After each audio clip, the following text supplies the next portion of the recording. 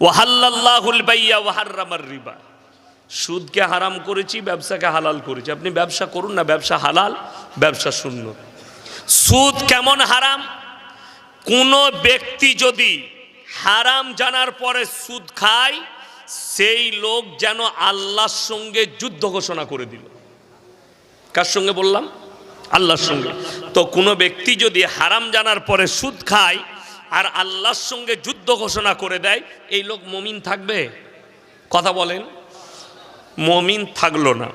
Number 2, রাসূল সাল্লাল্লাহু আলাইহি সাল্লামের হাদিস, কোনো ব্যক্তি হারাম জানার পরে সে যদি সুদ খায়, নিজের জন্মদাতা মায়ের সঙ্গে 36 বার জিনা করার সমান পাপ করলো। বলুন নাউজুবিল্লাহ।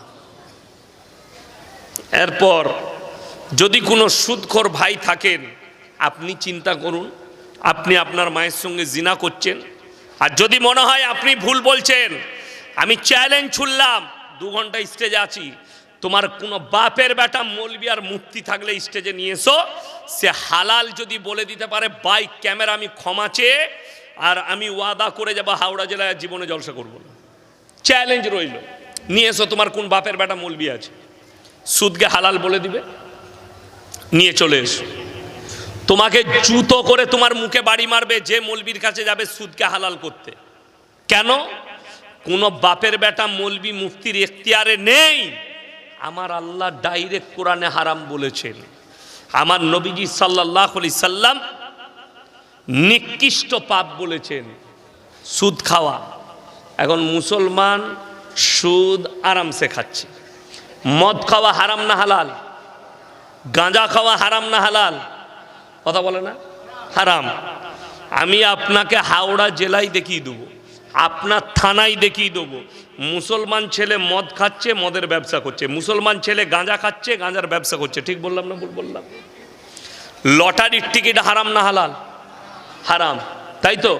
পাঁচলা মোড়ে চলুন, আমি মুসলিম ছেলে লটারি বিক্রি করছে দেখিয়ে দেবো, রানীহাটিতে দেখাবো, অঙ্কুরহাটিতে দেখাবো, উলুবেড়িয়ায় দেখাবো, নিমদেগিতে দেখাবো, যে বাজারটাই বলবেন আমি দেখিয়ে দেবো মুসলিম ছেলে লটারি বিক্রি করছে।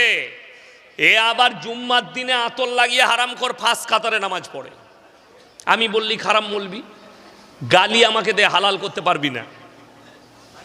আমি এমনি গাল খাওয়া লোক, যত গাল দিবি দাও, যত পারবে গাল দাও, যত স্টেজে গাল দিবে দাও। তোমার বাপের হিম্মত নাই লটারিকে হালাল করবে, তোমার বাপের হিম্মত নেই সুদকে হালাল করবে, তোমার বাপের হিম্মত নেই মদকে ইসলামী শরীয়তে হালাল করে দিবে, গাঁজাকে হালাল করবে। যদি করার হিম্মত থাকে স্টেজে চলে এসো, আমি তো আছি 2 ঘন্টা, যে না লটারির টিকিট হালাল। সব থেকে দুঃখ কি জানেন? এত মাদ্রাসা, এত জলসা, হাওড়া জেলায় তো পাড়ায় পাড়ায় জলসা হয়। ঠিক বললাম না ভুল বললাম? পাড়ায় পাড়ায় জলসা। আমি দক্ষিণবঙ্গে ওই জন্য জলসা কমিয়ে দিয়েছি। আজকে তো মাশাআল্লাহ মাদ্রাসার জলসা, সেদিনে মুমতাজ ভাইয়ের মাদ্রাসায় জলসা ছিল, এগুলো মাদ্রাসার জলসা, ওই জন্য এত লোক। নাহলে পাড়ায় পাড়ায় জলসা হয়, 20টা করে লোক, 20টা লোক আর 20,000-এর বক্তা। আমার চোখে দেখা রাত 2টোয় একটা বক্তা চাপলো, সে ঘুমিয়ে খালি 8 ঘন্টা 40 মিনিট বায়ান করলো, ঘুমি ঘুমি। কি বললেন? ঘুম থেকে উঠেই যে, নাহলে কোথা থেকে বায়ান করে এই যে আলহামদুলিল্লাহ নাহমাদুহু ওয়া নাস্তাইনুহু ওয়া নাস্তাগফিরুহু ওয়া নু'মিন। চা ডাললি চালিয়ে, পানি ডাললি পানি দিয়ে 1 ঘন্টা কেটে গেল। আর 8 ঘন্টা গজলে কাটলো, আর 8 ঘন্টা গল্পে কাটলো, দিয়ে জলসা শেষ। আপনি আমার সাথে চলুন, কালকে আমি গাজল ছিলাম, গাজল মালদা, গাজল থেকে আসছি। কালকে কত শ্রোতা ছিল জানেন? 15,000 লোক ছিল। আমি 9টায় চেপেছি, 11:30টায় ছেড়েছি। একই রকম লোক 11:30টায়। আমি ওই জন্য উত্তরবঙ্গে জলসা কমিয়ে দিয়েছি। এটা আমাকে আমাদের হাজী শাহানুর উস্তাকার সাহেব বললেন।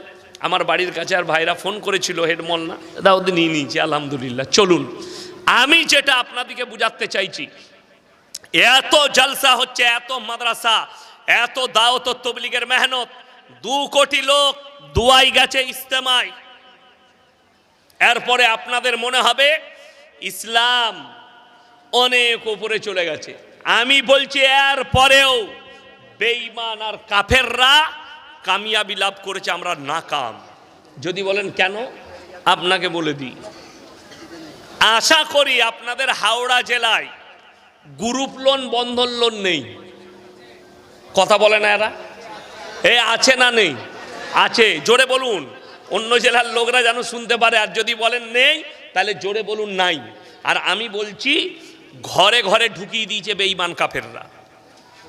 কোন মৌলবি এই স্টেজে, আমার অন্তরের মানুষ মুফতি মুমতাজ সাহেব, যোগ্যপূর্ণ আলেম মুফতি, উনাকে জিজ্ঞেস করুন। উনি যদি বলে দেয়, এই মাদ্রাসার মৌলবি মুফতিরা যদি বলে দেয় গ্রুপ লোন, বন্ধন লোন শরীয়তে জায়েজ আছে, আল্লাহর কসম আমি আর জীবনে জলসা করব না। আল্লাহর কসম খেয়ে বললাম। বলে দেখ কোনো বাপের বেটা মৌলবি যদি বলতে পারে। তুমি যে মৌলবিকে নিয়ে আসবে সে হালাল বলতে চাইলে আমি শওকতের বেটা তার শ্বাস নালি উকুড়ে দেবো এই স্টেজেতে, যে এটা কোরআনের বিরুদ্ধে কথা, আল্লাহর বিপক্ষে কথা, আর মেনে নেব? ভেবে দেখুন। হযরত গাড়ির পেছনে ইজতেমায় গেছে, দুয়াতে শরীক হয়েছে, আল্লাহ কবুল করুন, আল্লাহ কাঁদছে। মসজিদে এসে ফাঁস কাতারে নামাজ পড়ছে, আর ওর বউ গ্রুপ লোনের হেড। আমি একদম জান্নাতে ফাঁস কাতারে চলে যাবো, তুই কেলানি খাবি কবরে, লেখে নিয়ে যা, তোর জান্নাত রাখা আছে। জুতো খাবি, জুতো। যদি বলেন হুজুর তার বউ করেছে, শুনেলেন রাসূল সাল্লাল্লাহু আলাইহি সাল্লাম বললেন দাইয়ুস কোনদিন জান্নাতে প্রবেশ করবে না। দাইয়ুস কে? দাইয়ুস ওই ব্যক্তি যার বিবি, বিটি, যার বাড়িতে যার স্ত্রী, যার বোন, তারা শরীয়ত বিরোধী কাজ করার ই চুপচাপ বসে থাকে। তারা বেপরদাভাবে রাস্তায় ঘুরে আর ই চুপচাপ বসে থাকে। আজকে আমি কেন সাবধান করছি জানেন? বেঈমান কাফেররা তাদের মিশনে কামিয়াবি লাভ করে ফেলেছে, কামিয়াবি লাভ করেছে। আমার কাছে মোবাইলে প্রুফ আছে, কত হাজার হাজার স্কুলের ছেলে মেয়ে তারা ভেতরে ভেতরে রেজিস্ট্রি করে ফেলেছে অনেক অমুসলিম ছেলেকে বিয়ে করব বলে, পেন্টিংয়ে আছে। আপনি মনে করছেন আমার মেয়ে কলকাতার হোস্টেলে থাকে, আমার মেয়ের মতো নামাজি কেউ নাই। তোমার মেয়ে অমুসলিম ছেলের সাথে বিয়ে করে রেজিস্ট্রি করে বসে আছে, তোমার জানা নাই, খোঁজ নাও ভালো করে। তোমার ছেলে হোস্টেলে থাকে, তোমার ছেলে সমকামিতে লিপ্ত আছে, খোঁজ নাও ভালো করে। আমি এক্ষুনি একটা ভিডিও দেখছিলাম, ঘরে শুয়ে শুয়ে, কি আশ্চর্যর ভিডিও দেখলাম জানেন? একজন আইপিএস অফিসার, এখন আর নেই, রিটায়ার্ড হয়ে গেছে, তার নাম হচ্ছে নজরুল ইসলাম, মুর্শিদাবাদে বাড়ি ওর, জানি না কোথাকার। তো ওকে মুসলমান বলা যাবে না, নাস্তিক ফাস্তিক হবে। ওর মুখটা দেখা যায় না, খালি মোজগুলো দেখা যায়। মানে ও প্রত্যেক গিলাস পানি পান করে, ওটা হারাম, জানেন তো? এটা মোষ যদি পানিতে ডুবে যায়, নবীজি কেন মোষ ছোট বলেছে জানেন? নবীজির সুন্নত কেন? মোষ ছোট, দাড়ি বড়, আপনি পানি পান করেন, চা পান করেন, সেই জায়গায় যদি আপনার মোষটা ডুবে, ওই পানিটা পান করা হারাম।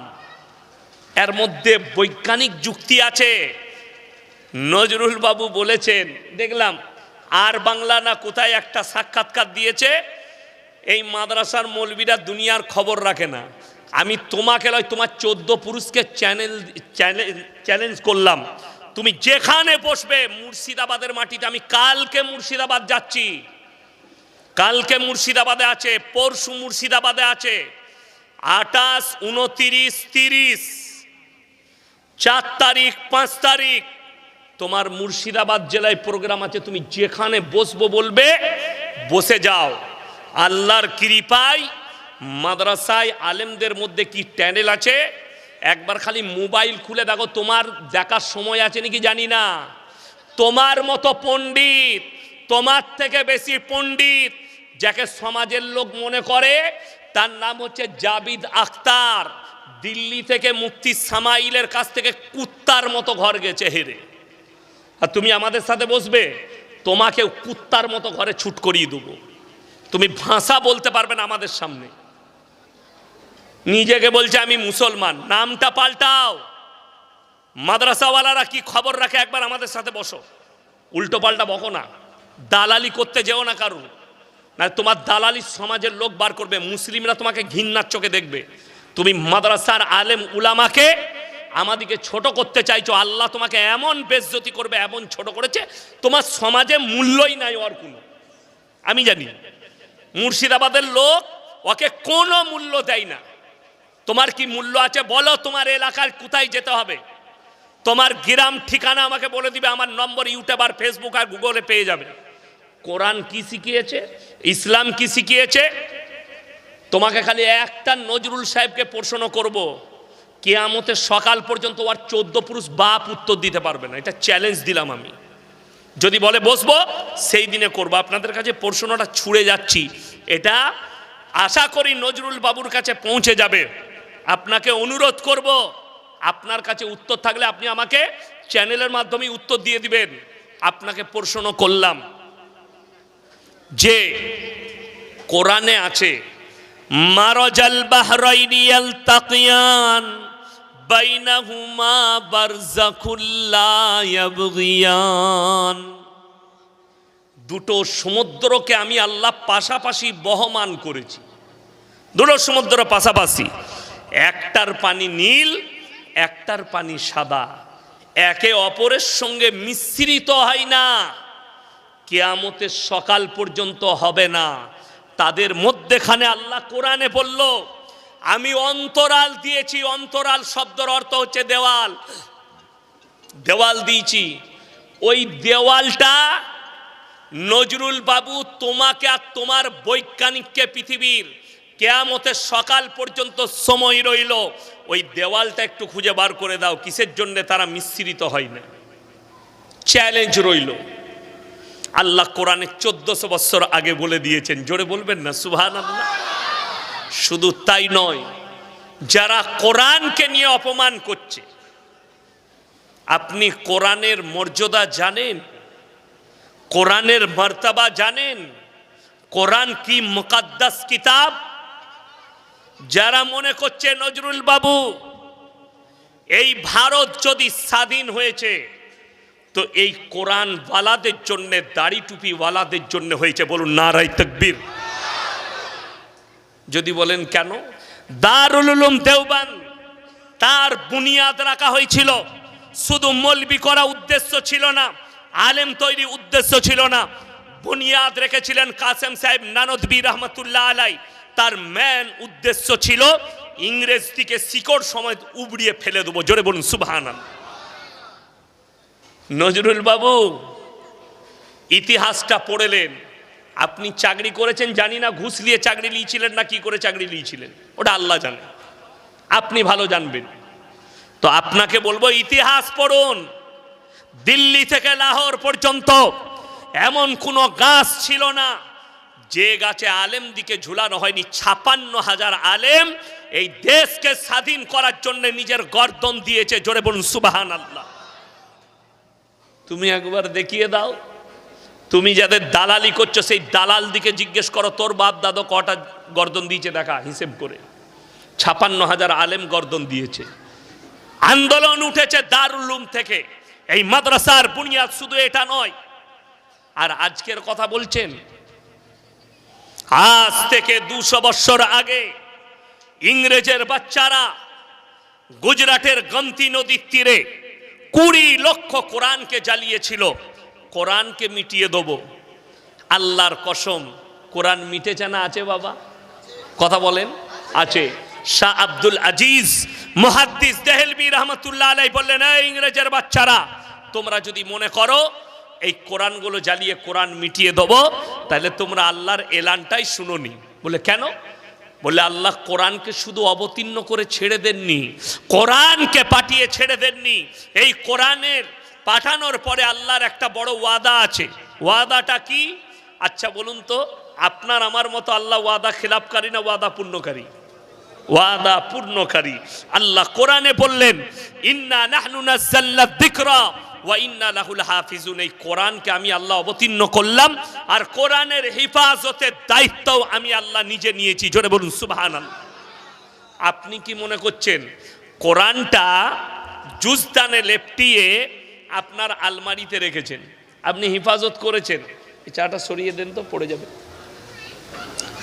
আপনি কি মনে করেছেন মসজিদে জুজদান দিয়ে লেপটানো আছে, হেফাজত করেছেন? না না, কাগজের মধ্যে আমার আল্লাহ হেফাজত করেননি।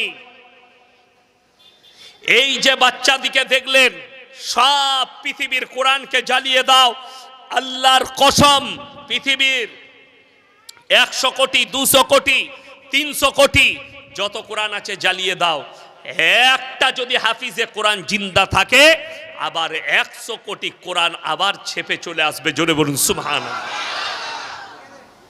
আপনারা সেদিনে দেখেছেন মুমতাজ ভাইয়ের মাদ্রাসায় 90 জন হাফেজকারীর মাথায় পাগড়ি। আজকে আমরা দেখলাম এই মাদ্রাসা 3 জন হাফিজে কোরআন, তাদের মাথায় পাগড়ি পড়ালো। এই হাফিজে কোরআন একটা যদি জিন্দা থাকে, আল্লাহর কসম আবার 100 কোটি কোরআন ছেপে চলে আসবে। আপনারা কার কথাই গুরুত্ব দিচ্ছেন? গোবর করার মুতখোরের কথায়? আমি ইয়াসিন গুরুত্ব দিই না, আমরা মৌলবীরা গুরুত্ব দিই না। কোথাকার পাগল ছাগল অসীম সরকার না কি নাম, হ্যাঁ, তিনি বলেছেন 27 জন শয়তান মিলে কোরআনটা লিখেছে। বলুন নাউজুবিল্লাহ। আসল কথা একটা কথা বলে দিই, এখন একটা হাদিস শোনাবো, অনেক জনের গায়ে চুলকুনি বেরিয়ে যাবে। চুলকুনি জানেন না? চুলকাবে। হাদিস শোনাবো, কিন্তু কিচ্ছু করার নাই, তোমার গা চুলকাবে। আচ্ছা বলুন, একটা কথা বলবেন, আচ্ছা আমি যদি বলি চুরি করা হারাম, তো ইমানদারের গায়ে লাগবে না চোরের গায়ে? কথা বলেন, চোরের গায়ে। তাইলে যদি তুমি গোলমাল হও, তোমার গায়ে লাগলে আমার কিছু করার নেই। হাদিস কিন্তু সত্য, হাদিস কিন্তু সহি।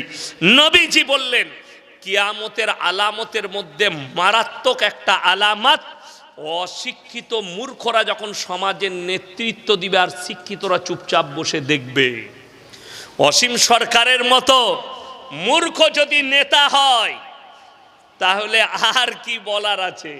বাউল বুষ্টম, বাউল গান করে, আর স্কুলে কত দূর গেছে জানি না, তবে ও নিজেই বলেছে ও নাকি বাংলাদেশি মাল। এমনি বাংলাদেশে যত রকমের গোলমাল, এমনি আল্লাহ নবীর হাদিস আছে, মুসলমান 73টা দলে বিভক্ত হবে। কটা বললাম বাবা? 73। বাংলাদেশে 72টা মাল চলে এসেছে, একটা বাকি আছে। এত ভালো জায়গা বাংলাদেশ। একটা গন্ড মূর্খ মেয়ে হিজাব পরে আছে, সে কি বলছে জানেন? শুধুমাত্র মেয়েরা পর্দা করবে, হবে না, ছেলেদেরও পর্দা ফরজ। আমরা তাহলে আমাকেও একটা হিজাব দে, হিজাব পরেই বায়ান করব। নাউজুবিল্লাহ। এদিকে কি বলবেন এরা? আমরা ফরজ বলেছি পর্দা করা, তবু বলছে তোরাও বোরকা পর। তো আমি ওই বাংলাদেশের মহিলাকে বলবো আমার লাগে একটা দামি বোরকা পাঠা, বোরকা পরেই জলসা করবো, যা হবে হবে, দেখা যাবে। আমরা মৌলবীরাও বোরকা করব। নাউজুবিল্লাহ। এই পাগল ছাগল তো বাংলাদেশেই জন্ম নেয়। অসীম সরকারের বাড়ি তো বাংলাদেশে, আসাদ নুদের বাড়ি তো বাংলাদেশে, আরো যত হারামের আওলাদ নাস্তিক আছে, তসলিমা নাসরিন সেদিনে আবার একটা মন্তব্য করেছে, আমি বেশি কিছু বলবো না, তবে যদি কেউ তসলিমা নাসরিনের ভক্ত থাকেন, যদি ওকে হালাল সন্তান প্রমাণ করাতে পারে, আমি চ্যালেঞ্জ দিলাম, আমি আর সমাজের বুকে কথা বলবো না, আর আমি প্রমাণ করে দেবো হারামের আওলাদ। তার বই থেকে প্রমাণ করাবো। ও নিজে লিখেছে লজ্জা বইয়ে, আমার মাকে আমি আমার চাচার মশারিতে দেখেছি। যার জন্ম যার চাচা দিয়েছে, সে কি করে আবার কথা বলবে? কথাটা বুঝতে পারেননি? ও নিজে লিখেছে লজ্জা, বইটার নাম লজ্জা। যার কিনার দরকার মার্কেটে কিনে নেবেন কলকাতায়। লেখিকা হচ্ছে তসলিমা নাসরিন। সেই বইতে লিখেছে আমি আমার মাকে নিজের চাচার মশারিতে দেখেছি। তাহলে যার জন্ম যার চাচা দিয়েছে, সে কি করে হালাল হবে? সে কি করে কথা বলবে? কিয়ামতের মারাত্মক আলামত, মূর্খ অশিক্ষিতরা সমাজের নেতৃত্ব দিবে আর শিক্ষিতরা চুপচাপ বসে দেখবে। আমি আজ থেকে 6 বছর আগে বিহার ধানবাদ জেলা, থানার নাম চন্দন কিয়ারি, গ্রামের নাম নডিহা। জলসায় গেলাম, আমার একজন বন্ধু আছেন মুফতি মনজার আলম কাসমি, যোগ্যপূর্ণ আলেম, তিনি দাওয়াত দিলেন। ওই গ্রামে 1000-এর বেশি আলেম হাফেজ আছে। আমি যখন গেলাম আসরের সময় ঢুকেছি, রাত 2টোয় বেরিয়েছি। বিশ্বাস করুন, সেই গ্রামের রাস্তাঘাটে আমি একটা 10 বছরের বাচ্চা মেয়েকেও দেখতে পাইনি। আমি জলসাই স্টেজে मुफ्ती साहब के जिज्ञेस करलम, भाई आपके गांव के महल इतना अच्छा क्यों है? मैं तो एक लड़की बच्चा लड़की को भी नहीं देखे रास्ते पे, क्या बात है? कि उत्तर दिलो जानेन, আমাদের গ্রামে যারা নেতৃত্ব দেয় তারা হচ্ছে আলেম উলামারা। কারা বললাম? আলেম উলামা ইমাম, এরা নেতৃত্ব দেয়। আর আপনার আমার নেতা গাঁজাখোর, মাতাল, জিনাখোর, চোর, লোকের মেরে নিয়েছে বলে এই সব থেকে বড় নেতা। দুঃখের কথা কি জানেন? পাঁচলা বাজারে একটা 10 বছরের বাচ্চা ছেলে, বাপ নেই মা নেই, ভিক্ষা করে। একটা লোকের পকেটে হাত ভরে দিয়েছে, 10 টাকা চুরি করেছে, পকেট মেরেছে, তাকে গাছে বেঁধে লোক পিটাচ্ছে। পিটাই না? পিটাই না? চোর, ডাকাত, এই ছেলেটা ডাকাত হবে, চুরি করেছে। আহা রে সমাজ, একটা গরিব এতিম মিসকিন ছেলে পেটের জন্য 10 টাকা হাত ভরে বার করেছে, তাকে গাছে বেঁধে পিটাচ্ছ। আর আমাদের সমাজে লাখ লাখ টাকা কমের মেরে দিচ্ছে, গরিবের এতিমের মিসকিনের টাকা মারছে।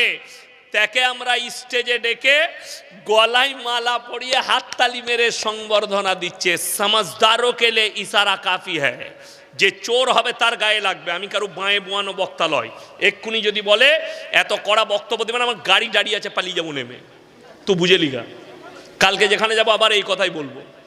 যদি হক শোনার মনে হয় শুনবেন। আচ্ছা, চোরকে চোর বললে গায়ে লাগবে, আপনি ইমানদার হলে গায়ে লাগবেন না, কোনো অসুবিধা নেই।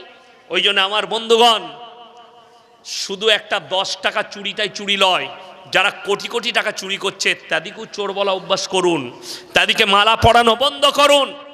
আজকে ইসলাম, আল্লামা ইকবাল লিখেছেন, ইস ঘর কো আগ লাগি ঘর কি চিরাগ সে। মুসলমান, তোমরা নিজেদের ঘরে নিজের আগুন ধরিয়েছ, অপরকে গালি দিয়ে লাভ নাই। তার কয়েকটা প্রমাণ দেব। আজকে মুসলিম সমাজ ব্র্যান্ড চিনতে পারেননি। ব্র্যান্ড বুঝেন? লোকে বলে না এটা ব্র্যান্ডেড মাল, তো আপনি ব্র্যান্ডেড জিনিস চিনতে পারেননি। যদি বলেন কেন? আমি 3 বছর আগে হায়দ্রাবাদে জলসা করেছি। হায়দ্রাবাদে যে বোরকা পটিটা আছে, সব 24 পরগনার হাওড়া জেলার মানুষ আমাকে দাওয়াত দিয়েছিল। আমি 2 বার জলসা করেছি। তো রাত 11টায় জলসা শেষ করলাম। তো আমাকে একজন সোনাপাটি, হুগলিতে বাড়ি তারকেশ্বরে, নিজের 4 হুইলারে করে বললে, হুজুর চলুন আপনাকে পায়েস খাওয়াবো, ফলের পায়েস। কোথায়? চারমিনারে। চারমিনারে গেলাম, সেখানে ঘুরছি। একটা ঠেলাওয়ালা, মুসলিমদের ছেলে, ঠেলা করে ঘড়ি বিক্রি করছে, হাত ঘড়ি। একটা ব্ল্যাক কালারের ঘড়ি আমার পছন্দ হলো। আমরা কিতনা রুপিয়া कीमत है? बोले हजरत 250। আমরা 150 में मिलेगा तो दे दे, आखिरी समय है। बोले ले लीजिए हजरत। 150 টাকা দিলাম, হাতে ঘড়িটা পরলাম, দেখতে খুব সুন্দর লাগছে ঘড়িটা। আমি ওই ঘড়িটা পরি আমার দুর্গাপুর কাজী নজরুল ইসলাম এয়ারপোর্টে নামলাম, ড্রাইভার গাড়ি নিয়ে দাঁড়িয়ে চলে গেলাম মুর্শিদাবাদ ধুলিয়ান জলসা করতে। স্টেজে বসেছি, আমি বললাম তোমরা ব্র্যান্ড চিনো? বলে হুজুর চিনি।